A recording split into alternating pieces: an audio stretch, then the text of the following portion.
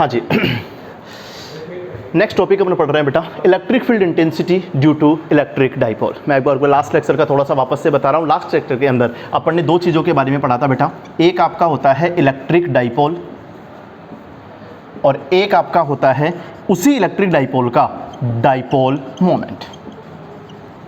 Electric dipole क्या होता है? सिंपल सी चीज़ है, अगर हमारे पास में दो पॉइंट चार्जेस हैं जिनका मैग्नीट्यूड तो सेम हो बट उनकी नेचर अपोजिट हो, एक प्लस और एक माइनस, और वो दोनों एक दूसरे के नियर बाई प्लेस्ड हो। अभी मैं समझाने के लिए दोनों को दूर दूर प्लेस कर रहा हूँ, एक्चुअल में इन दोनों के बिटवीन डिस्टेंस जो है वो क्या हो, बहुत ही कम। तो इस चीज़ को अपन लोग क्या बोलते हैं बेटा, इलेक्ट्रिक डाइपोल बोलते हैं। ये ज़्यादा इंपॉर्टेंट नहीं है, सबसे इंपॉर्टेंट चीज़ है डाइपोल मोमेंट। डाइपोल मोमेंट क्या होता है बेटा? डाइपोल मोमेंट को अपन पी से रिप्रेजेंट करते हैं और पी इक्वल्स टू होता है हमारे पास में Q into 2A। That is जो आपका इलेक्ट्रिक डाइपोल है उसके दोनों में से किसी एक चार्ज पार्टिकल का मैग्नीट्यूड ले लो Q, और जो दोनों चार्ज पार्टिकल्स के बिटवीन डिस्टेंस या सेपरेशन है 2A, उससे उसको क्या कर दो, मल्टीप्लाई। तो Q इंटू 2A, इसी को अपन लोग क्या बोलते हैं बेटा, डाइपोल मोमेंट P बोलते हैं। इसकी ऐसा यूनिट कूलाम इंटू मीटर होगी, इसका डायमेंशनल फॉर्मूला ALT होगा, वो सब कुछ मैंने बता रखा है। और सबसे इंपॉर्टेंट चीज, जो आपका डाइपोल मोमेंट होता है P,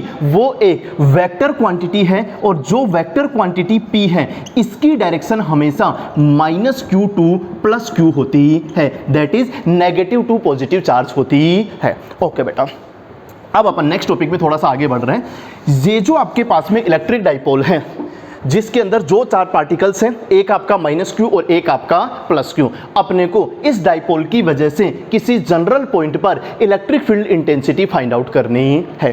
तो हम यहाँ पर तीन डेरिवेशन सोल्व करेंगे। सुनिए बेटा, तीन डेरिवेशन हम क्यों सोल्व करेंगे? जो ऑब्जर्वेशन पॉइंट होगा P, ऑब्जर्वेशन पॉइंट को अपन क्या अज्यूम कर रहे हैं बेटा, P। तो तीन कंडीशंस हो सकती है, या तो आपका ऑब्जर्वेशन पॉइंट इस डाइपोल की एक्सियल लाइन पर हो, या फिर इसकी इक्विटोरियल लाइन पर हो, या फिर दोनों लाइनों के बीच में कहीं हो, ना एक्सियल लाइन पर हो और ना ही इक्विटोरियल लाइन पर हो। वापस समझो बेटा, ये आपका -Q है और ये आपका +Q है। इन दोनों चार्ज पार्टिकल्स को मीट करवाने वाली ये जो डायरेक्ट लाइन होती है, इस लाइन को हम लोग एक्सियल लाइन बोलते हैं। क्या बोलते हैं बेटा? एक्सियल लाइन, या सिंपल एक्सिस बोल सकते हैं। ये जो इन दोनों चार्ज पार्टिकल्स का मिड पॉइंट है, इस मिड पॉइंट को आप बोल दो O। अच्छा बेटा, तो अगर ये मिड पॉइंट O है तो बताओ क्या मैं इस डिस्टेंस को A बोल सकता हूं और इस डिस्टेंस को भी मैं क्या बोल सकता हूं, A। इस मिड पॉइंट से पास होती हुई और इस एक्सियल लाइन के परपेंडिकुलर अगर अपन कोई लाइन ड्रॉ कर लें तो इस लाइन को अपन बोलते हैं बेटा इक्विटोरियल लाइन। क्या बोलते हैं बेटा? Equatorial line. दोनों चार्ज पार्टिकल को मिलाने वाली ये जो डायरेक्ट लाइन है, इसको अपन क्या बोलते हैं बेटा, एक्सियल लाइन या एक्सिस। और मिड पॉइंट से पास होती हुई और एक्सियल लाइन के जो परपेंडिकुलर लाइन होती है उसको अपन बोलते हैं इक्विटोरियल लाइन। अपने को कोई ऑब्जर्वेशन पॉइंट लेना है P, तो तीन कंडीशंस हो सकती है, या तो पॉइंट P जो है वो अपन कहां पर ले, इस एक्सियल लाइन के ऊपर ले, या अपन पॉइंट P कहां ले, इस इक्विटोरियल लाइन पर ले, या अपन पॉइंट P ना तो एक्सियल लाइन पर ले और ना इक्विटोरियल लाइन पर ले, दोनों के बीच में जनरल कोई पॉइंट P अपन यहां पे भी चूज कर सकते हैं। कितनी कंडीशंस पॉसिबल है बेटा? तीन, या तो एक्सियल लाइन पर, या इक्विटोरियल लाइन पर, या फिर दोनों के बीच में ना एक्सियल लाइन पर और ना ही इक्विटोरियल लाइन पर। तो इलेक्ट्रिक फील्ड इंटेंसिटी कैलकुलेट करने के हमें कितने डेरिवेशन सोल्व करने हैं बेटा? तीन। ओके बेटा, अपन फर्स्ट डेरिवेशन सोल्व कर रहे हैं। इफ ऑब्जर्वेशन पॉइंट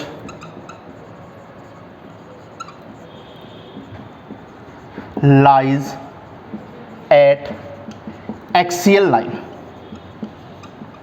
हाँ जी बेटा, ये आपका -Q है, ये आपका +Q है, दोनों चार्ज पार्टिकल्स के बिटवीन टोटल डिस्टेंस 2A है, बट अगर अपन मिड पॉइंट के रेस्पेक्ट में बात करेंगे तो ये डिस्टेंस हो जाएगी A और ये डिस्टेंस हो जाएगी A। अभी अपने को एक पॉइंट P अज्यूम करना है, जो कि कहां अज्यूम करना था, इन दोनों चार्ज पार्टिकल्स को मीट करवाने वाली line, that is axial line पर अपन ने पॉइंट P अज्यूम कर लिया। अगर अपन ने एक्सियल लाइन पर पॉइंट P अज्यूम किया है तो सपोज दैट उस पॉइंट P की जो ये मिड पॉइंट है, यहां से डिस्टेंस स्मॉल r है। मिड पॉइंट ओ से पॉइंट पी की डिस्टेंस अपन ने कितनी अज्यूम करी है, स्मॉल आर। अब अपने को पॉइंट पी पर net electric field intensity find out करनी है। एक्चुअल में पॉइंट पी के ऊपर दो इलेक्ट्रिक फील्ड इंटेंसिटीज होगी, बिकॉज हमारे पास में चार्जेस कितने हैं, दो, एक आपका प्लस क्यू और एक आपका minus Q. Suppose that plus Q की वजह से पॉइंट पी पर इलेक्ट्रिक फील्ड इंटेंसिटी E1 है, तो बताइए प्लस क्यू की वजह से पॉइंट पी पर जो इलेक्ट्रिक फील्ड इंटेंसिटी होगी E1, उसकी डायरेक्शन कहाँ होगी। थोड़ा सा याद करो, मैंने आपको स्टार्टिंग में बताया था किसी चार्ज पार्टिकल की वजह से इलेक्ट्रिक फील्ड इंटेंसिटी का फॉर्मूला होता है E=kq/r², और इसकी डायरेक्शन कहाँ होती है, पॉजिटिव चार्ज के लिए आउटवर्ड और नेगेटिव चार्ज के लिए इनवर्ड होती है। कुछ याद आया, पॉजिटिव चार्ज के लिए डायरेक्शन कहाँ होती है बेटा, आउटवर्ड, और नेगेटिव चार्ज के लिए डायरेक्शन कहाँ होती है बेटा, इनवर्ड। ओके बेटा, यहां पर हमारे पास में क्या दो चार्ज पार्टिकल्स है क्या, एक आपका प्लस क्यू और एक आपका माइनस क्यू। तो सपोज दैट प्लस क्यू की वजह से पॉइंट पी पर इलेक्ट्रिक फील्ड इंटेंसिटी E1 है, तो बताइए E1 की डायरेक्शन कहाँ होगी, प्लस क्यू है तो E1 की डायरेक्शन कहाँ होगी, आउटवर्ड। ये हमारा क्या हो गया बेटा, E1। दूसरा चार्ज है माइनस क्यू, तो माइनस क्यू की वजह से सपोज दैट पॉइंट पी पर इलेक्ट्रिक फील्ड इंटेंसिटी कितनी है, E2, तो E2 की डायरेक्शन कहाँ होगी बेटा, इनवर्ड। ये हमारे पास में क्या आ गई, E2। एक बार अपन इस E1 और E2 का मैग्नीट्यूड देख लेते हैं, ध्यान से देखना। Electric field due to plus Q charge, electric field due to plus Q charge कितना है बेटा, E1। E1 की डायरेक्शन आपको कहां दिख रही है, आउटवर्ड, बिकॉज ये आपका क्या है, पॉजिटिव चार्ज। बट उस E1 का मैग्नीट्यूड कितना होगा, E1 इक्वल्स टू होगा KQ/R-A का स्क्वायर। यहां आपको थोड़ा सा दिमाग लगाना पड़ेगा बेटा। वैसे फॉर्मूला क्या होता है, KQ/R², बट यहां पर मैंने R की जगह क्या लिखा, R-A का स्क्वायर। क्यों, बिकॉज ये आपका प्लस क्यू चार्ज यहां है और पॉइंट P यहां पर है, तो बताइए प्लस क्यू से पॉइंट P तक की ये वाली डिस्टेंस कितनी है, मिड पॉइंट O से पॉइंट P तक की डिस्टेंस कितनी है बेटा, R, और ये वाली डिस्टेंस कितनी है, A। तो बताओ प्लस क्यू से पॉइंट P की ये वाली डिस्टेंस कितनी बचेगी बेटा, R-A तो बचेगी। तो E1 बराबर क्या हो गया बेटा, KQ/R-A का स्क्वायर, और इसकी डायरेक्शन कहां गई बेटा, outward. Next, electric field intensity due to minus Q charge. अगर माइनस क्यू की वजह से बात करें तो इलेक्ट्रिक फील्ड इंटेंसिटी कितनी है बेटा, E2, और उसकी डायरेक्शन कहां है, इनवर्ड, बट उसका मैग्नीट्यूड कितना होगा, E2 इक्वल्स टू KQ/R+A का स्क्वायर। कुछ समझ में आया। माइनस क्यू से पॉइंट P की डिस्टेंस कितनी है, देखो मिड पॉइंट O से पॉइंट P तक की डिस्टेंस कितनी है, R, और माइनस क्यू यहां है, तो बताओ A प्लस और हो रहा है क्या, तो आंसर क्या आएगा, E2 इक्वल्स टू KQ/R+A का स्क्वायर, और इसकी डायरेक्शन कहां है बेटा, इनवर्ड। हाँ जी बेटा, अब ध्यान से देखिए, हमारे पास में कितनी इलेक्ट्रिक फील्ड इंटेंसिटीज हैं, दो, E1 आउटवर्ड, और उसका मैग्नीट्यूड कितना है, KQ/R-A का स्क्वायर, E2 इनवर्ड, उसका मैग्नीट्यूड कितना है, KQ/R+A का स्क्वायर। हमें केवल इन दोनों का रिजल्टेंट फाइंड आउट करना है। 11th क्लास याद करो, अगर दो वेक्टर्स, तीन फॉर्मूले बता रहा हूं अच्छे से याद कर लेना। सपोज दैट दो वेक्टर्स हैं A और B, अगर A और B दोनों सेम डायरेक्शन में हों तो आंसर क्या आता है, A+B।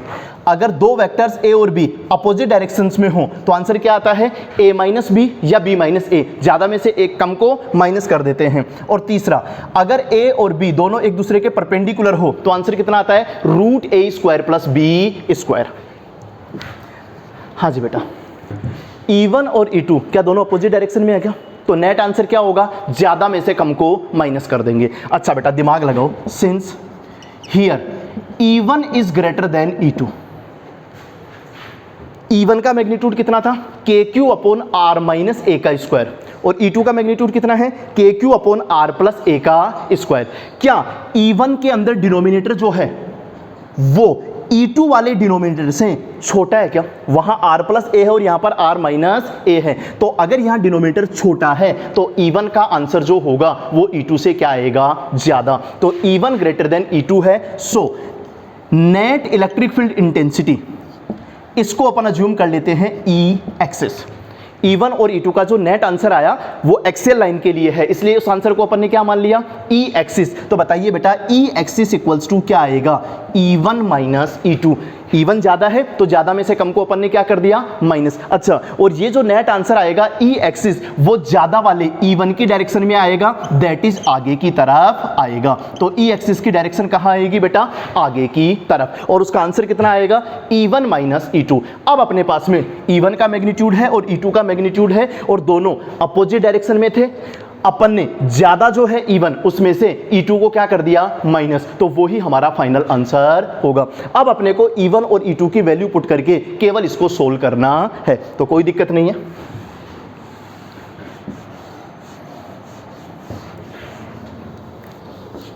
हाँ जी बेटा, ई एक्सिस इक्वल्स टू E1 का मैग्नीट्यूड अभी अभी अपन ने निकाला कितना बेटा, KQ upon R minus A का square minus KQ upon R plus A का स्क्वायर।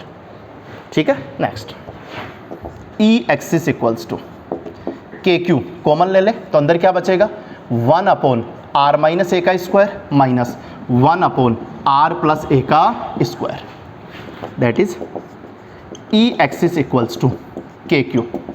एलसीएम कितना आएगा बेटा यहाँ पर, R माइनस ए का स्क्वायर और R प्लस ए का स्क्वायर, तो यहाँ क्या आएगा, R प्लस ए का square minus R minus A का square. E axis equals to, अब थोड़ा सा ध्यान से देखना बेटा, KQ R प्लस ए का स्क्वायर, इसको हम लोग क्या लिख सकते हैं, R square plus A square plus 2RA, ये होगा बेटा, माइनस R माइनस ए का square, R square plus A square minus 2RA divided by, यहाँ पर एक काम कर लेते हैं, R माइनस ए और R प्लस ए इन दोनों को अंदर लिख लेते हैं, और ये जो स्क्वायर है इस स्क्वायर को अपन इसके बाहर लगा देते हैं। कोई दिक्कत नहीं, ऐसे लिख सकते हैं बेटा, R माइनस ए R प्लस ए और उसका स्क्वायर अपन ने उसके बाहर एडजस्ट कर दिया। ओके बेटा, आगे चलते हैं। E axis equals to KQ, ये क्या है हमारे पास में, R square plus A square plus 2RA। अगर वो माइनस अंदर जाएगा तो वो उसको बना देगा minus R square minus A square plus 2RA divided by, नीचे देखना बेटा, अंदर जो है R माइनस ए R प्लस ए, क्या अपन इसको R square minus A square लिख सकते हैं क्या, R माइनस से R प्लस ए को अपन क्या लिख सकते हैं, R square minus A square, और उसका ऊपर क्या है बेटा, होल स्क्वायर। ये R स्क्वायर से R स्क्वायर कैंसिल, ए स्क्वायर से ए square cancel.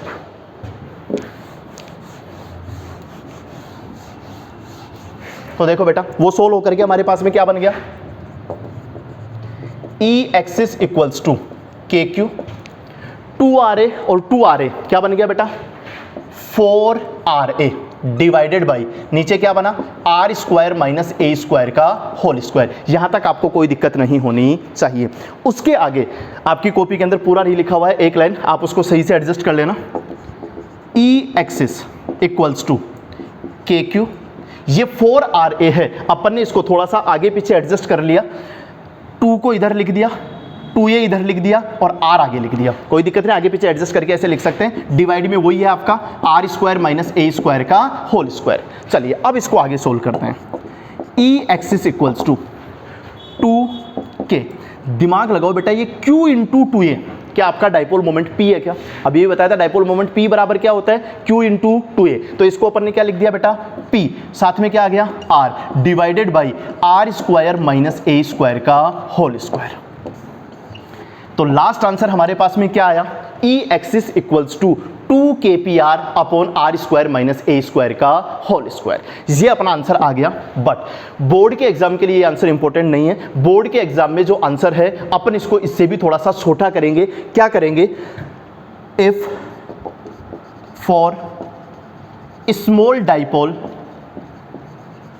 R is very very greater than A, then अगर इस R की वैल्यू A के रेस्पेक्ट में बहुत ज्यादा है, मैंने आपको स्टार्टिंग बताया था कि डाइपोल जो होता है उसके अंदर दोनों चार्ज पार्टिकल्स जो होते हैं वो एक दूसरे के बिल्कुल पास पास में प्लेस्ड होते हैं। तो यदि A की वैल्यू या 2A की वैल्यू बहुत कम है और R की वैल्यू बहुत ज़्यादा है तो अपन R स्क्वायर के रेस्पेक्ट में A स्क्वायर को नेगलेक्ट कर देते हैं।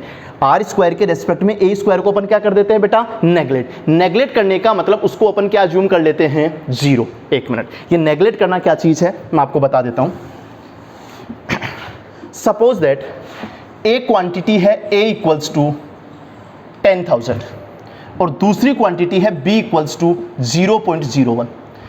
तो अगर कभी आपको A प्लस बी या A माइनस बी करना हो तो सिंस A क्वांटिटी जो है वो बहुत ज्यादा है 10,000 और B जो है 0.01, क्या उसके रेस्पेक्ट में बहुत ही कम है क्या, तो इस B को जब अपन A या B को प्लस या माइनस कर रहे हैं, प्लस या माइनस ये करते समय अपन इस B को क्या कर सकते हैं, जो कि बहुत ही स्मॉल क्वांटिटी है, उसको अपन क्या कर देते हैं, नेगलेक्ट करने का मतलब हम उसको क्या अज्यूम कर लेते हैं 0। तो ये A प्लस बी भी सिर्फ क्या रह जाता है A और A माइनस बी भी क्या रह जाता है A।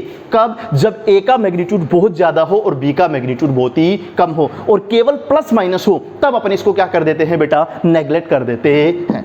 तो अभी अगर आर स्क्वायर की वैल्यू बहुत ज्यादा है, आर की वैल्यू बहुत ज्यादा है, इसका मतलब आर स्क्वायर की वैल्यू बहुत ज्यादा है और ए स्क्वायर की वैल्यू बहुत ही कम है, तो आर स्क्वायर के रेस्पेक्ट में अपन ए स्क्वायर को क्या कर देते हैं, नेगलेक्ट। तो ध्यान से देखो आंसर क्या बनता है, E axis equals to 2kpr divided by A square को अपन ने नेगलेक्ट कर दिया, दैट इज ए स्क्वायर को भूल जाओ, 0 कर दो, तो क्या बचा आर स्क्वायर का स्क्वायर। तो बताइए क्या नीचे आर की पावर 4 बच गया क्या, एक आर से वो कैंसिल हो गया, तो नीचे क्या बच गया आर की पावर 3। ये बोर्ड के एग्जाम के लिए इंपॉर्टेंट आंसर है, ये वाला आंसर अपने को लर्न करना है। तो अगर आपके पास में पॉइंट P एक्सियल लाइन पर है, मिड पॉइंट O से R डिस्टेंस पर, तो पॉइंट P के लिए इलेक्ट्रिक फील्ड इंटेंसिटी के दो फॉर्मूले आपको लर्न करने हैं। General formula E axis equals to 2kpr upon r square minus a square का होल स्क्वायर, ये जनरल फॉर्मूला है। बट स्पेशल केस में जब स्मॉल डाइपोल लिखा हुआ हो क्वेश्चन में, या आपको लगे कि r की वैल्यू बहुत ज्यादा है और a की वैल्यू बहुत ही कम है, उस कंडीशन में इस फॉर्मूले को शॉर्ट में अपन लोग क्या बना सकते हैं, E axis equals to 2kp upon r cube. ये दोनों फॉर्मूले आपको लर्न करने हैं और साथ साथ इसकी डायरेक्शन भी लर्न करनी है। इस E एक्सिस की डायरेक्शन कहाँ है, फॉरवर्ड डायरेक्शन में, बट इसको ऐसे फॉरवर्ड और बैकवर्ड याद नहीं करना है, आपको इसको ऐसे याद करना है, ये जो डाइपोल है, इस डाइपोल का डाइपोल मोमेंट P जो होगा उसकी डायरेक्शन कहाँ होगी, डाइपोल मोमेंट P की डायरेक्शन मैंने अभी भी आपको कहाँ बताई, -q2 + q। तो बताइए अगर ये P की डायरेक्शन है तो जो P की डायरेक्शन आ रही है क्या वो E एक्सिस की डायरेक्शन ही है क्या, तो E एक्सिस की डायरेक्शन आप कहाँ लर्न करोगे, इन डायरेक्शन ऑफ डाइपोल मोमेंट। जो डाइपोल मोमेंट P की डायरेक्शन है वही डायरेक्शन किसकी होगी, E एक्सिस की डायरेक्शन होगी। तो एक्सियल लाइन पर अगर कोई पॉइंट P है तो उसके लिए इलेक्ट्रिक फील्ड इंटेंसिटी के आपको दो फॉर्मूले लर्न करने हैं। General formula E axis equals to 2kpr upon r square minus a square का होल स्क्वायर। स्पेशल केस में स्मॉल डाइपोल के लिए फॉर्मूला क्या बन जाएगा, E axis equals to 2kp upon r cube, और उसकी डायरेक्शन भी लर्न करनी है, फॉरवर्ड और बैकवर्ड लर्न नहीं करनी है। जो डाइपोल मोमेंट P की डायरेक्शन है वो ही E एक्सिस की डायरेक्शन होगी।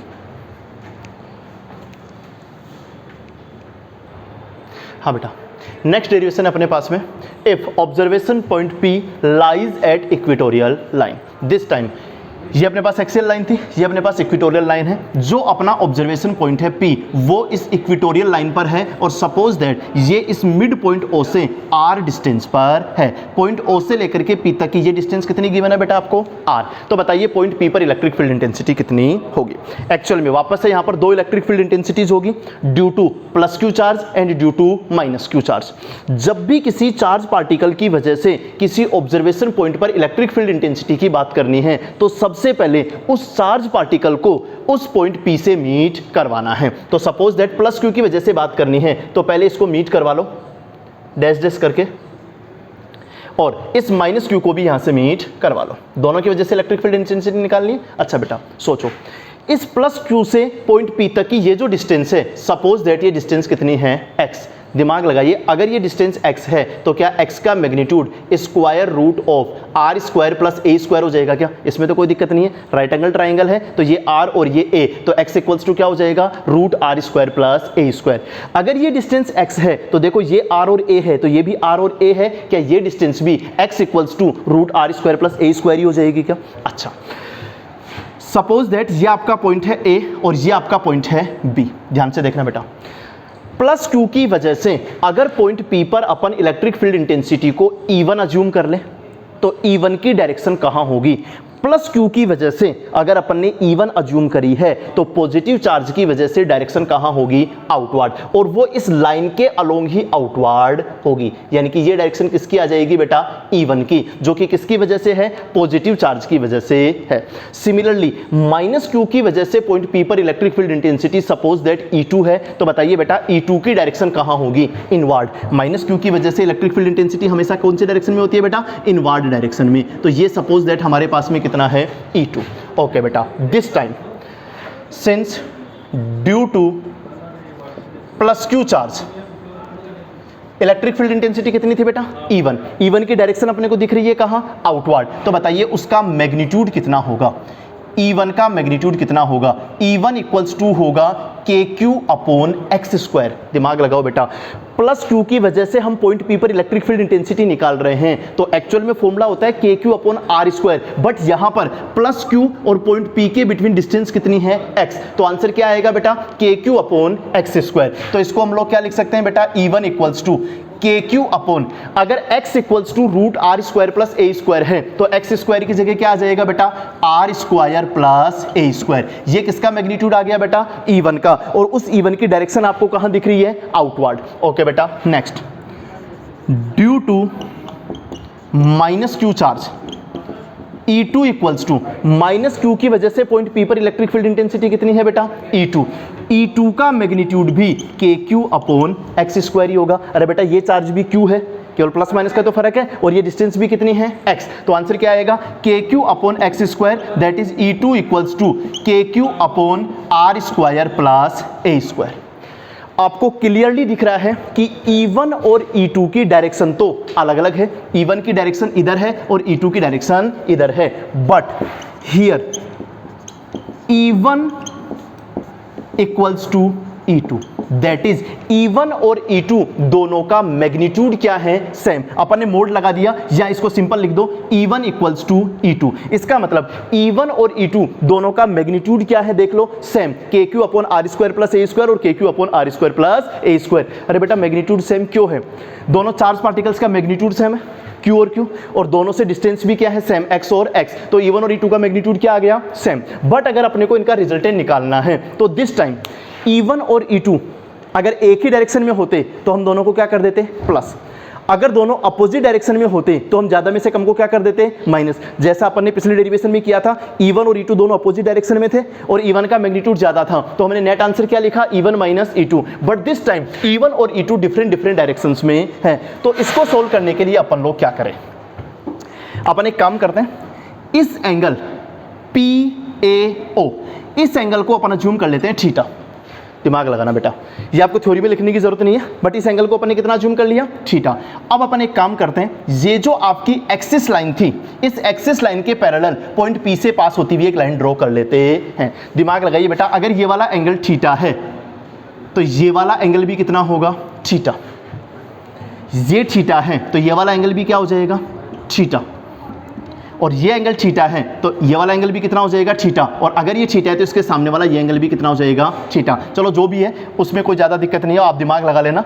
डायग्राम में केवल इतना ही शो करना है कि अगर ये एंगल थीटा है तो ये भी थीटा होगा और ये भी थीटा होगा, वो अपने हिसाब से देख लेना। ओके बेटा, अब अपन लोग क्या करते हैं, इस E1 के दो कंपोनेंट डिवाइड करते हैं। अब ये 11th क्लास की चीज़ है, किसी भी वेक्टर के अपन दो कंपोनेंट डिवाइड कर सकते हैं। जिधर एंगल थीटा हो उधर कंपोनेंट आता है कोस वाला, और जिधर थीटा नहीं हो उधर कंपोनेंट आता है साइन वाला। तो बताइए बेटा, E1 के दो कंपोनेंट डिवाइड करते हैं, इधर कंपोनेंट आएगा E1 कोस थीटा और इधर कंपोनेंट आएगा E1 साइन थीटा। सही बात है बेटा। सिमिलरली E2 के भी दो कंपोनेंट डिवाइड कर लेते हैं, इधर आएगा E2 कोस थीटा और इधर आएगा E2 sine theta.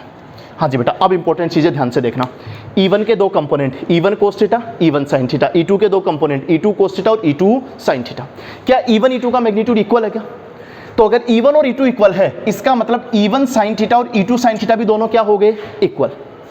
E1 sine theta और E2 साइन थीटा का मैग्नीट्यूड तो सेम है, बट क्या E1 साइन थीटा और E2 साइन थीटा की डायरेक्शन अपोजिट है क्या? ये अपवर्ड डायरेक्शन में और ये डाउनवर्ड डायरेक्शन में। तो ये E1 साइन थीटा और E2 साइन थीटा दोनों एक दूसरे को कैंसिल आउट कर देंगे और हमारे पास में केवल कितने कंपोनेंट बचेंगे? दो, E1 कोस थीटा और E2 कोस थीटा। तो सिंस E1 साइन थीटा और E2 साइन थीटा का magnitude equal but direction opposite है, इसलिए उन दोनों ने एक दूसरे को क्या कर दिया? Cancel out.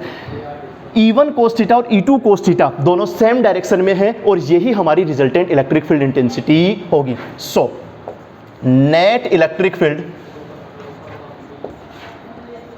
Eight point P, point P equatorial line पर है, इसलिए इस नेट इलेक्ट्रिक फील्ड को अपन बोल देते हैं E इक्वेटोरियल या E EQ। बताइए बेटा E EQ इक्वल्स टू क्या होगा?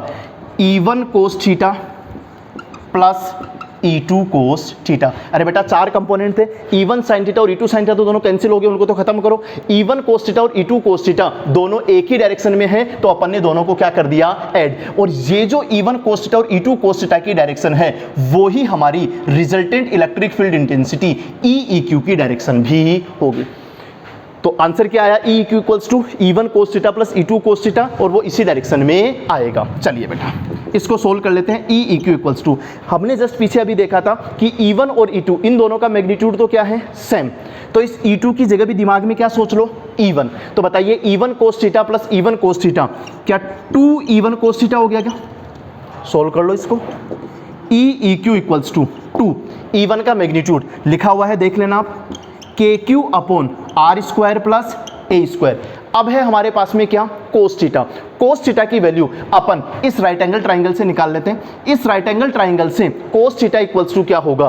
Base upon hypotenuse, that is A upon x। Base upon hypotenuse that is A upon x। और x का मैग्नीट्यूड अपने पास में कितना है? Square root of R square plus A square. तो बताइए बेटा ये हमारे पास में क्या बना? E EQ equals to 2KQA divided by, ध्यान देना बेटा, R square plus A square, इस पूरे की पावर यहाँ पर हम क्या सोच सकते हैं? 1, और R square plus A square का स्क्वायर रूट, तो स्क्वायर रूट का मतलब वहाँ अपन उसकी पावर क्या सोच सकते हैं? 1/2। स्क्वायर रूट का मतलब इसको अपन क्या सोच सकते हैं? 1/2। बेस सेम है R square plus A square, तो पावर्स क्या हो जाएगी? ऐड। तो बताइए 1 प्लस 1/2 ये आपके पास में क्या हो जाएगा? 3/2। अगर आपके नोट्स में अच्छे से नहीं लिखा हुआ है तो इस लाइन को थोड़ा सा सही लिख लेना।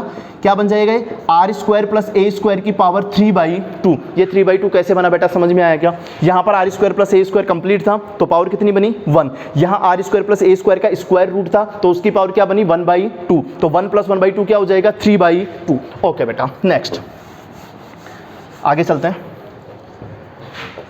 E इक्वेटोरियल इक्वल्स टू, इस 2 को अगर अपन इस 2 के आगे लिख लें तो बताइए Q इंटू 2A क्या हमारा डाइपोल मोमेंट P बन गया क्या? तो हमारे पास में आंसर क्या बन गया बेटा? KP upon R square plus A square की पावर 3/2। ये हमारा आ गया E इक्वेटोरियल का जनरल आंसर। फिर से अगर यहाँ पे भी अपन वही कॉन्सेप्ट अप्लाई करें for small dipole, if R very greater than A, then by neglecting A square with respect to R square, small dipole के लिए जब R की वैल्यू बहुत ज़्यादा हो और A की वैल्यू बहुत ही कम हो तो वापस से R square plus A square है, मैं बोल रहा हूँ नेगलेक्ट करते हैं। एक बहुत बड़ी क्वांटिटी के सामने हम एक छोटी सी क्वांटिटी को नेगलेक्ट कर सकते हैं, बट केवल कब? जब वो क्वांटिटी किस में आ रही हो? प्लस में या माइनस में। पिछली बार R square minus A square था तो हमने A स्क्वायर को नेगलेक्ट कर दिया था। इस बार R square plus A square है तो वापस से हमने A स्क्वायर को नेगलेक्ट कर दिया, दैट इज उसको अपन ने छोड़ दिया। तो बताइए आंसर क्या बना?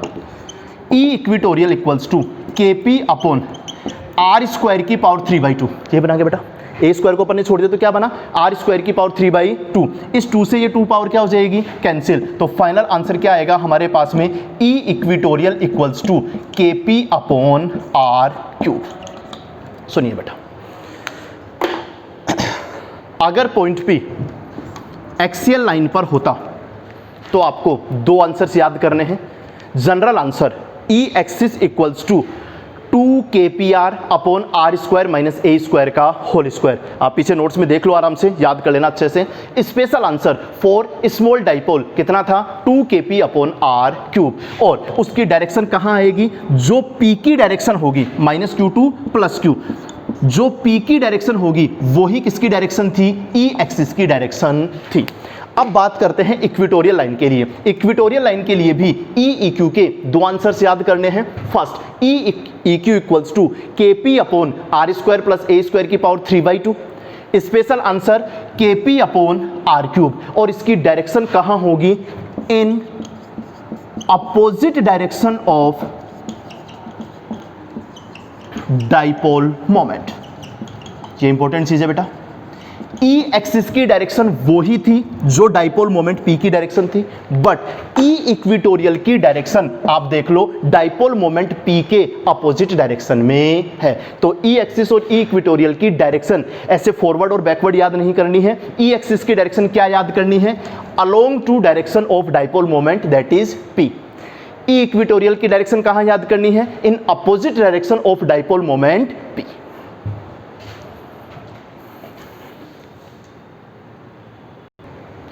हाँ बेटा, थर्ड डेरिवेशन अपन पढ़ रहे हैं, electric field at general observation point.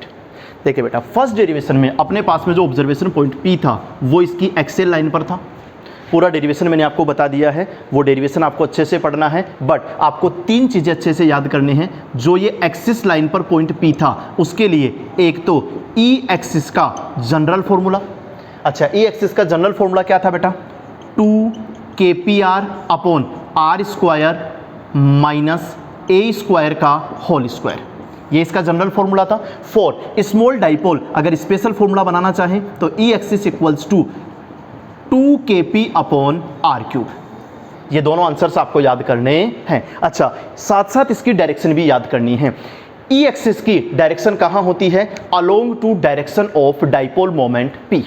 अच्छा बेटा, अगर इस डाइपोल की हम बात करें तो डाइपोल मोमेंट पी की डायरेक्शन कहाँ से कहाँ होती है बेटा, माइनस Q2 प्लस Q। तो जो इस डाइपोल मोमेंट पी की डायरेक्शन है वही डायरेक्शन ई एक्सिस की भी होगी। सही बात है बेटा, याद होनी चाहिए आपको। चलो अब बात करते हैं, अगर आपका पॉइंट पी इक्वेटोरियल लाइन पर हो तो वापस से दो आंसर्स याद करने हैं।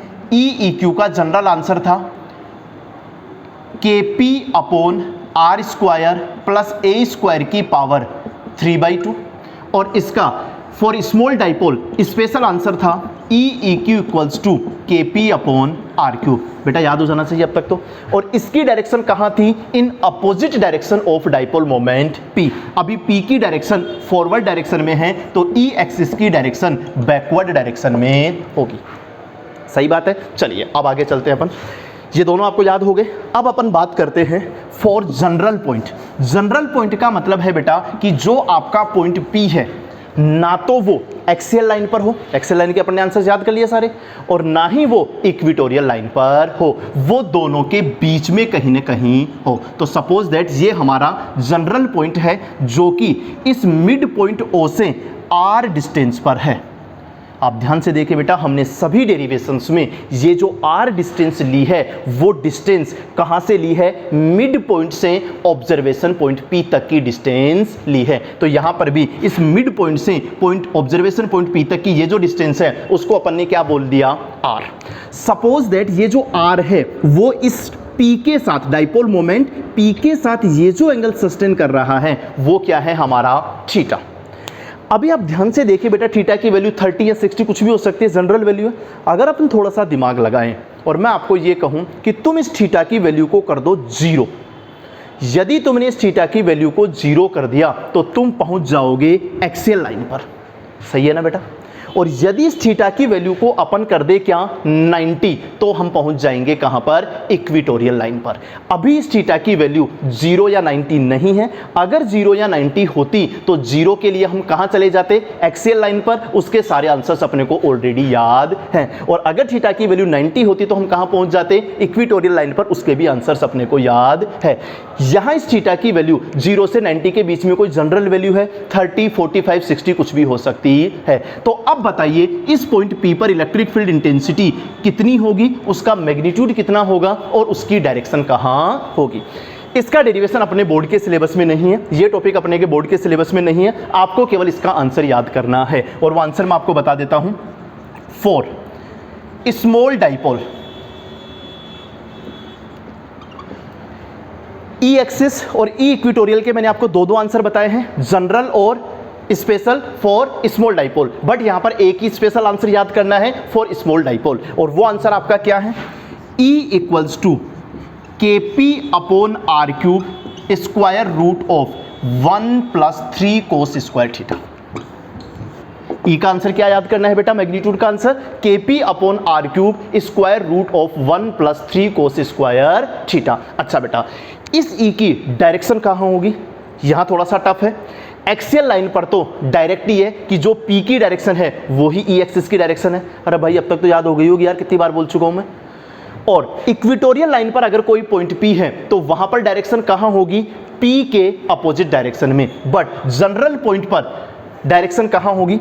इस R को आप डैश डैश करके थोड़ा सा आगे ले जाओ और सपोज दैट E जो है वो इस R से थोड़ा सा साइड में यहाँ पर है और वो इस R के साथ में एंगल सस्टेन कर रहा है कितना? अल्फा। इस बार डायरेक्शन थोड़ी सी टफ है। इस R वाली लाइन को डैश डैश करके आगे ले जाओ तो E जो होगा वो इस R से अल्फा एंगल ऊपर होगा और यहाँ पर tan अल्फा इक्वल्स टू होगा 1/2 tan theta. tan alpha equals to क्या होगा बेटा? 1/2 tan थीटा। ये फॉर्मूला तो किसके लिए है? डायरेक्शन के लिए। और ये फॉर्मूला किसके लिए है? मैग्नीट्यूड के लिए। हाँ बेटा, नेक्स्ट अपने क्वेश्चन सोल्व कर रहे हैं। क्वेश्चन अपने पास में मैं आपको बता देता हूं। +-6 माइक्रोकुलम, दैट इज यहां पर दो चार्ज पार्टिकल्स है, एक आपका है +6 माइक्रोकुलम और दूसरा आपका है -6 microcoulomb. Charges of a dipole are separated by a distance of 4 mm। First, calculate the dipole moment of electric dipole, अभी अपन कैलकुलेट कर लेंगे। सेकंड क्वेश्चन है electric field at axial point at a distance of 40 centimetre from mid point of dipole. And third question is electric field at equatorial point at a distance of 40 centimetre from mid point of dipole. Okay बेटा, ये हमारे पास में एक dipole है। First of all तो अपने को इसका कैलकुलेट करना है क्या? Dipole moment. ओके बेटा, डाइपोल मोमेंट का फॉर्मूला क्या होता है? डाइपोल मोमेंट का आपको मैंने फॉर्मूला बताया था, P equals to Q, that is दोनों में से किसी एक चार्ज पार्टिकल का magnitude multiplied by separation between charge particles. Generally उस सेपरेशन को अपन 2a से रिप्रेजेंट करते हैं। जरूरी नहीं है, आप इसको a से भी रिप्रेजेंट कर सकते हो, d से भी रिप्रेजेंट कर सकते हो। अभी अपन 2a से रिप्रेजेंट कर रहे हैं तो P इक्वल्स टू क्या हो गया? Q into 2a। ध्यान दीजिए बेटा, P equals to Q। Q क्या है? दोनों में से किसी एक चार्ज पार्टिकल का मैग्नीट्यूड। अब थोड़ा सा दिमाग तो तुम में हो गई। किसी एक चार्ज पार्टिकल का magnitude, that is plus minus छोड़ दो, केवल मैग्नीट्यूड लो। कितना है? 6 माइक्रोकुलम। तो मैं उसको क्या लिखूंगा बेटा? 6 × 10⁻⁻⁶। अरे भाई कितनी बार बता चुका, स्मॉल m इसका मतलब होता है मिली। अब नहीं याद है तो याद कर लो अब तो। और ये होता है 10⁻³ म्यू का मतलब होता है माइक्रो और ये होता है 10⁻⁶। n का मतलब होता है नैनो और ये होता है 10⁻⁹ और p का मतलब होता है पीको और ये होता है 10⁻12। ये चारों वैल्यूज आपको याद करनी है। ओके बेटा, तो अभी माइक्रो का मैंने क्या लिख दिया? 6 × 10⁻⁶ मल्टीप्लाइड बाई 2a। सेपरेशन कितना है? 4 mm। इस m का मतलब है मिलीमीटर, तो मीटर को तो मिली को अपन क्या लिखेंगे बेटा? 10⁻⁻3। तो ध्यान दो बेटा, 2a की जगह हम क्या लिखेंगे? 4 × 10⁻⁻3। सेपरेशन कितना है बेटा? 4 mm। तो 4 mm को हम क्या लिखेंगे? 4 × 10⁻³ मीटर। ओके बेटा, अब इसको सोल्व करेंगे तो हमारे पास आंसर आ जाएगा P equals to 24 × 10⁻⁻9 coulomb into metre. जो भी आप क्वेश्चन सोल्व कर रहे हो बेटा, आपको फाइनल आंसर के साथ में उसकी यूनिट ज़रूर लगानी है और वो यूनिट आपको याद होनी चाहिए। तुम्हारे पास में P इक्वल्स टू आंसर आ गया 24 × 10⁻⁹, बट इसकी डाइपोल मोमेंट है तो उसकी यूनिट क्या होगी? Coulomb into metre. यदि बोर्ड के एग्जाम में 1 नंबर का क्वेश्चन है और आपने सिर्फ ये यूनिट नहीं लगाई तो उसका भी आपका 1/4 नंबर उड़ जाएगा। सिर्फ यूनिट का ही कितना होगा? 1/4। तो जो भी आंसर निकालो उसके साथ में आपको इसकी यूनिट जरूर लगानी है। ओके बेटा, आगे चलते हैं। सेकंड क्वेश्चन क्या कर रहा है? Electric field at axial line at r equals to 40 centimetre. अब यहाँ आपको दिमाग लगाना है। एक्सियल लाइन का पॉइंट है तो आपको फॉर्मूला लगाना है क्या बेटा? E axis. बट प्रॉब्लम यह है कि ई एक्सिस के मैंने 2 फॉर्मूले बताए हैं। एक तो जनरल फॉर्मूला, बड़ा formula 2 kpr upon R square minus A square का होल स्क्वायर, और एक short formula 2 kp upon R cube. मैं कह रहा हूं यहां हम फॉर्मूला यूज करेंगे 2 kp upon R cube. Why, उसका रीजन भी लिखना है, since here r is very very greater than a। ध्यान से देखना बेटा, r की वैल्यू कितनी है बेटा, 40 सेंटीमीटर। 1 सेंटीमीटर में 10 मिलीमीटर होते हैं। तो बताइए क्या मैं इस r को r इक्वल्स टू 400 मिलीमीटर कर सकता हूँ क्या? अब सुनिए बेटा, r की वैल्यू है 400, पहले दोनों की यूनिट सेम कर लेना बेटा, तभी अपन कंपैरिजन कर सकते हैं। आप यूनिट दोनों की सेम होगी, मिलीमीटर मिलीमीटर। अब आप देखो r की वैल्यू कितनी है 400 और 2a की वैल्यू कितनी है 4। ये तो 2a की वैल्यू है 4, तो a की वैल्यू तो क्या 2 mm ही हो जाएगी क्या बेटा? 2a इक्वल्स टू 4 mm है, तो a की वैल्यू कितनी हो जाएगी 2 mm। तो मिलीमीटर को आप छोड़ो, r की वैल्यू है 400 और a की वैल्यू है 2, तो 400 के रेस्पेक्ट में अपन 2 को क्या कर सकते हैं, नेगलेक्ट कर सकते हैं, और इस कंडीशन में अपन सिंपल फॉर्मूला, छोटा फॉर्मूला यूज कर सकते हैं। चलिए बेटा बताइए, E axis equals to 2 kp upon R cube. अब कोई दिक्कत नहीं, अब आप सोल्व कर लोगे। E axis equals to 2 k की वैल्यू 9 इंटू 10 की पावर 9, p की वैल्यू 24 इंटू 10 की power minus 9 divided by R cube. आर की वैल्यू कितनी है 40 सेंटीमीटर। तो अगर आप 40 सेंटीमीटर को कन्वर्ट करोगे तो 40 सेंटीमीटर को हम लिखेंगे r बराबर 0.4 मीटर। मीटर में कन्वर्ट करना है तो सेंटीमीटर को मीटर में कन्वर्ट करने के लिए 100 से डिवाइड करते हैं, तो आपको आना चाहिए। तो अगर इसको 100 से डिवाइड करोगे तो कितना आ जाएगा 0.4 मीटर। अब 0.4 मीटर का क्यूब करना है, दैट इज इसको क्या करेंगे 0.4 इंटू 0.4 इंटू 0.4। अभी तक दिमाग होना चाहिए। अगर ये पॉइंट अपन यहाँ से हटा दें तो 4 इंटू 4 इंटू 4 इंटू साथ में कितनी कर सकते हैं 10 की पावर माइनस 3। चलिए सोल्व करिए बेटा, ये 4 से कैंसिल तो यहाँ कितना बचा 6, ये 4 कैंसिल हो जाएगा तो यहाँ से 2 कैंसिल कर दो और यहाँ से 2 से कैंसिल करो, यहाँ पे कितना बचेगा 3। 10 की पावर माइनस 9 से 10 की पावर प्लस 9 क्या हो गया कैंसिल। ध्यान से देखना बेटा, ई एक्सिस इक्वल्स टू हमारे पास में कितना आया 27, 9 3 जा 27 डिवाइडेड बाई 4, और ये 10 की पावर माइनस 3 ऊपर जाके क्या बन जाएगा 10 की पावर प्लस 3। तो आंसर आ जाएगा 6.75 इंटू 10 की पावर 3। 6.75 इंटू 10 की पावर 3, ये हमारा ई एक्सिस का आंसर आ गया। बट इसके साथ में आपको यूनिट भी लगा के आनी है, और इलेक्ट्रिक फील्ड इंटेंसिटी की यूनिट क्या होती है बेटा न्यूटन अपॉन कूलम। तो आंसर आ गया 6.75 into 10⁻³ newton upon coulomb. Okay बेटा, नेक्स्ट इसी में थर्ड क्वेश्चन क्या है, electric field at equatorial point at a distance of 40 centimetre from mid point of dipole. इस बार अपने को सोल्व करना है क्या ई क्यू।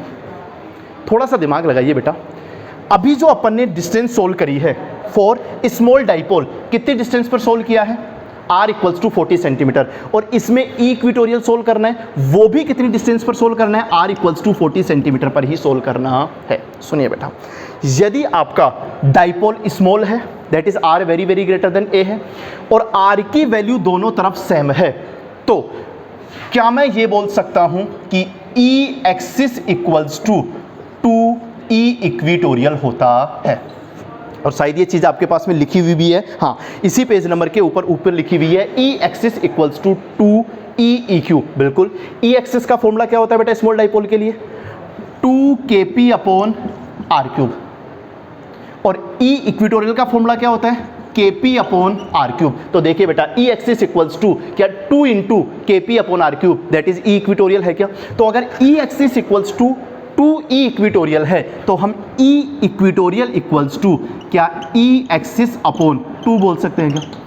बट डायरेक्ट ये तभी करना है बेटा जब डाइपोल आपका स्मॉल हो और r की वैल्यू दोनों तरफ क्या हो सेम हो। तो हम directly e axis equals to क्या बोल सकते हैं 2e इक्वेटोरियल, या e equatorial equals to e axis upon 2। Now e equatorial equals to e axis की वैल्यू अपन ने निकाल रखी है 6.75 इंटू 10⁻³ डिवाइडेड बाई 2। इसको सोल्व कर लेंगे, ये हमारे पास में e इक्वेटोरियल की वैल्यू आ जाएगी।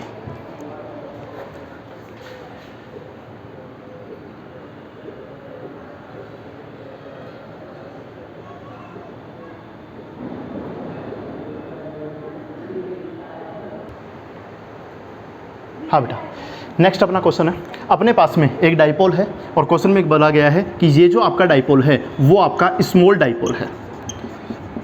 अगर स्मॉल डाइपोल है तो अपन डायरेक्टली सिंपल फॉर्मूले यूज कर सकते हैं। एक्सियल पॉइंट के लिए 2kp/r³ और इक्वेटोरियल पॉइंट के लिए kp/r³। ओके, एक पॉइंट है ए अपना जो कि एक्सिस लाइन पर है, तो बताइए E axis equals to, direct लिख रहा हूं मैं, क्या हो जाएगा 2kp/x³। ये डिस्टेंस x गिवन है। दूसरा पॉइंट बी जो है वो आपका क्या है, इक्वेटोरियल लाइन पर, तो ई इक्वेटोरियल इक्वल्स टू क्या हो जाएगा बेटा kp/y³। यही होगा।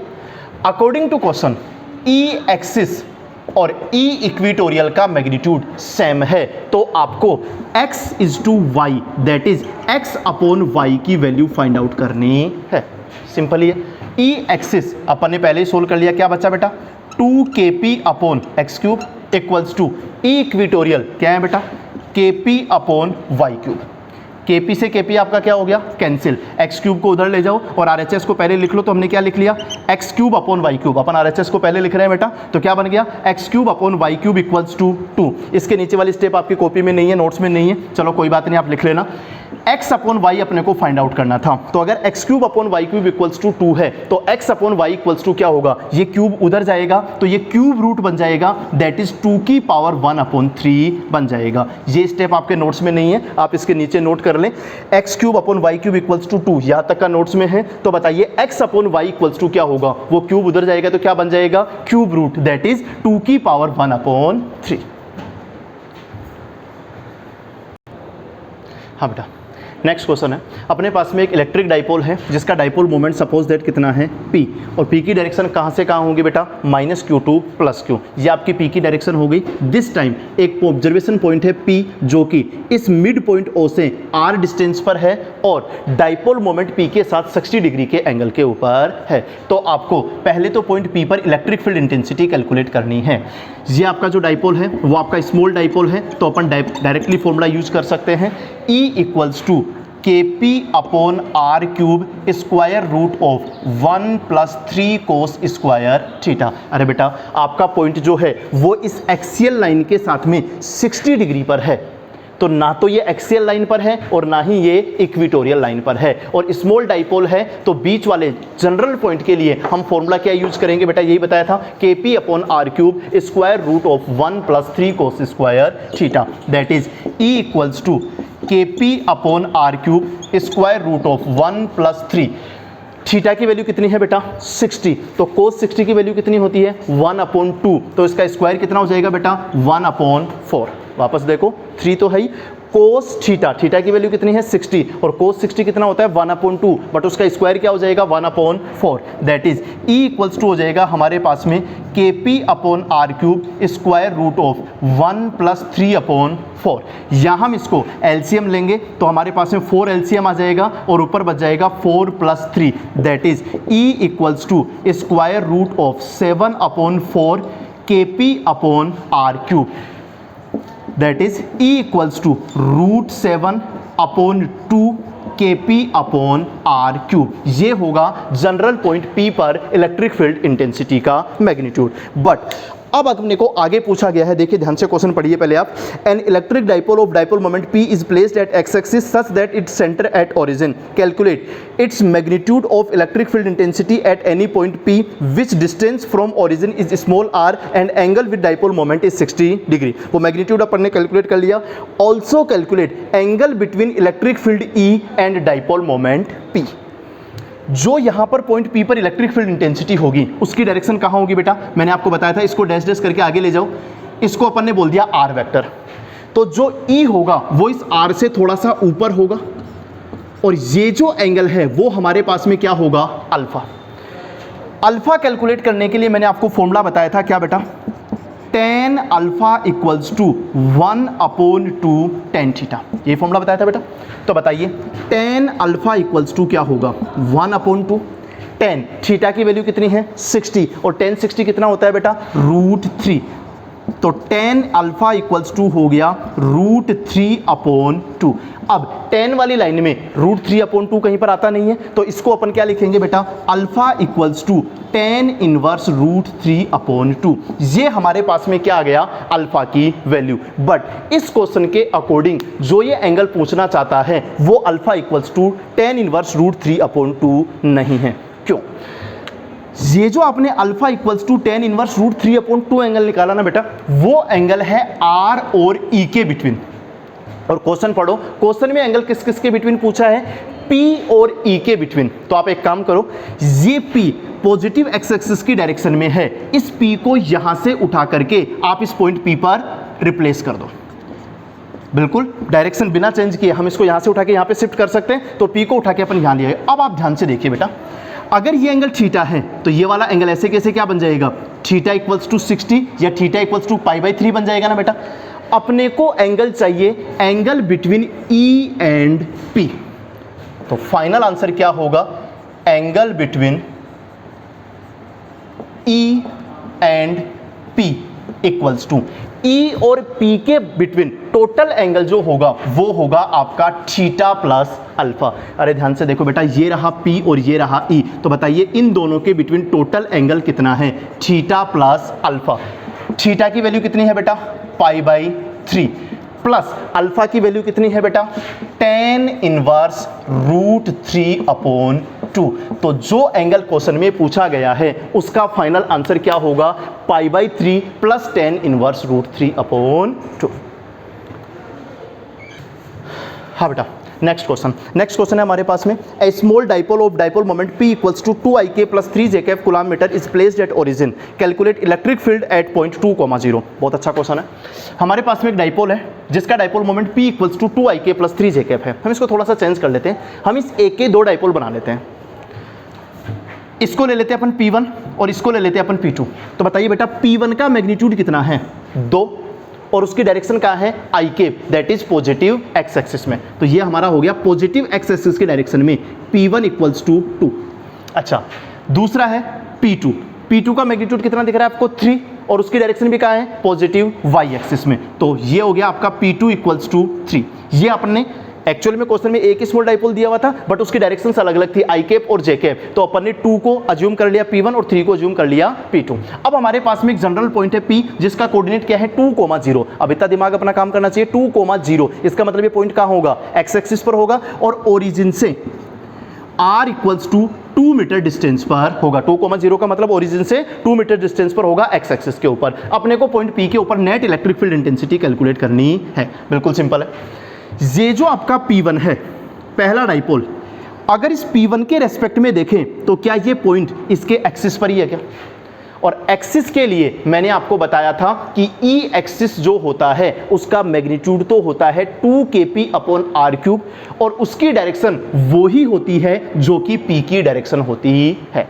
वापस देखो, अभी P1 की वजह से अगर अपन सोचें तो पॉइंट P इसके एक्सिस पर है, तो एक्सिस के लिए जो डायरेक्शन होगी E की वो ही डायरेक्शन होगी जो कि P की डायरेक्शन होगी। तो अभी P1 की डायरेक्शन फॉरवर्ड है, तो इसकी वजह से suppose that electric field intensity E1 है, E1 की डायरेक्शन भी फॉरवर्ड ही होगी। अच्छा बेटा, दूसरा डाइपोल है P2। अगर अपन दिमाग लगाएं तो ये P2 ऐसे रखा हुआ है, तो इस P2 के रेस्पेक्ट में जो पॉइंट P है वो इसके एक्सिस पर नहीं है। P2 का एक्सिस ये है, तो क्या आपका पॉइंट P इस P2 के एक्सिस पर यानी कि इसी लाइन पर है क्या? नहीं। P2 के रेस्पेक्ट में अगर अपन बात करें तो पॉइंट P कहाँ है बेटा, इसकी इक्विटोरियल लाइन पर, और इक्विटोरियल लाइन पर EQ की डायरेक्शन कहाँ होती है, P के अपोजिट। तो अभी P अपवार्ड है, तो इसकी वजह से इलेक्ट्रिक फील्ड इंटेंसिटी E2 जो आएगी वो इस P2 के अपोजिट डायरेक्शन में आएगी। तो ये आपका E1 E2 हो गया। अच्छा बेटा, E1 का मैग्नीट्यूड कितना होगा, 2kp1/r³। E1 एक्सिस वाली है, तो एक्सिस वाली का फॉर्मूला क्या होता है, 2kp/r³। तो इसको अपन ने क्या लिख दिया, 2kp1/r³। ओके बेटा, इसको सोल्व करते हैं तो 2k, P1 का मैग्नीट्यूड कितना है बेटा, 2, और r की वैल्यू कितनी है बेटा, 2, तो 2 का क्यूब क्या हो गया बेटा, 8। इसको सोल्व करोगे तो ये हमारे पास में बच जाएगा k/2। E1 इक्वल्स टू क्या आ गया बेटा, k/2। अच्छा बेटा, E2 का फॉर्मूला क्या होगा, kp2/r³। E2 जो है क्या वो P2 की वजह से पॉइंट P पर इलेक्ट्रिक फील्ड इंटेंसिटी है? और P2 के रेस्पेक्ट में अगर अपन बात करें तो पॉइंट P कौन सी लाइन पर था? इक्वेटोरियल लाइन पर। और ई इक्वेटोरियल का फॉर्मूला क्या होता है? Kp upon R cube. तो यहां हमने लिख लिया Kp2 अपॉन आर क्यूब। अच्छा बेटा, तो ये हमारे पास में क्या बना? K P2 का मैग्नीट्यूड कितना है? 3 अपॉन आर क्यूब। इसका मतलब 2 का क्यूब कितना हो गया? 8। तो अपन इसको लिख सकते हैं 3K upon 8। E1 equals to K by 2 और E2 equals to 3K by 8। हमें इन दोनों का रिजल्टेंट निकालना है। क्या E1 और E2 दोनों परपेंडिकुलर है क्या? तो मैंने आपको अभी स्टार्टिंग में बताया था कि अगर E1 और E2 दोनों सेम डायरेक्शन में हो तो आंसर आता है E1 plus E2। Opposite direction में हो तो आंसर आता है E1 माइनस E2। और अगर दोनों परपेंडिकुलर हो तो आंसर आता है square root of E1 square plus E2 square. तो इसका आंसर क्या आएगा? रूट E1 का square that is K square upon 4 plus E2 का स्क्वायर 9K स्क्वायर अपॉन 64। अच्छा, तो इसको सोल्व करेंगे तो आंसर कितना आएगा हमारे पास में? 64। एलसीएम ले लो, 64 एलसीएम ले लो। तो ये हमारे पास में क्या बच जाएगा बेटा? 16K स्क्वायर और प्लस 9K स्क्वायर। तो ये हमारे पास में बच जाएगा 25K square divided by 64 that is 5K upon 8। ये हमारा फाइनल आंसर होगा। चाहे तो K की वैल्यू 9 × 10 की पावर 9 पुट करके अपन सोल्व करके फाइनल आंसर निकाल सकते हैं। अच्छा बेटा, वो जो ई नेट आएगा root E1 square plus E2 square अपन ने सोल्व कर लिया, उसकी डायरेक्शन कहाँ आएगी? ये ई नेट इन दोनों के बिटवीन ही कहीं ना कहीं आएगा। और सपोज दैट वो एक्स एक्सिस के साथ एंगल बना रहा है क्या? अल्फा। तो tan अल्फा इक्वल्स टू क्या होगा? इसकी डायरेक्शन कहाँ आएगी? tan अल्फा इक्वल्स टू आएगा E2 अपॉन E1। अगर ये E1 के साथ एंगल बना रहा है अल्फा तो tan अल्फा इक्वल्स टू क्या आएगा बेटा? E2 upon E1 that is E2 की वैल्यू कितनी थी? 3K अपॉन 8 और E1 की वैल्यू कितनी है बेटा? K upon 2। तो 2 ऊपर चला जाएगा, ये कैंसिल हो जाएगा और ये बच जाएगा हमारे पास में tan alpha equals to 3 upon 4। अब इतना आपको ध्यान में होना चाहिए, tan 37 डिग्री इक्वल्स टू होता है 3 अपॉन 4। दो वैल्यूज आपको याद होनी चाहिए 11th क्लास की। tan 37 degree equals to 3 upon 4 और tan 53 degree equals to 4 upon 3। अगर नहीं याद है तो आप लिख लो, यहाँ tan alpha equals to 3 upon 4 है, इसका मतलब अल्फा इक्वल्स टू कितना हो जाएगा? 37 डिग्री।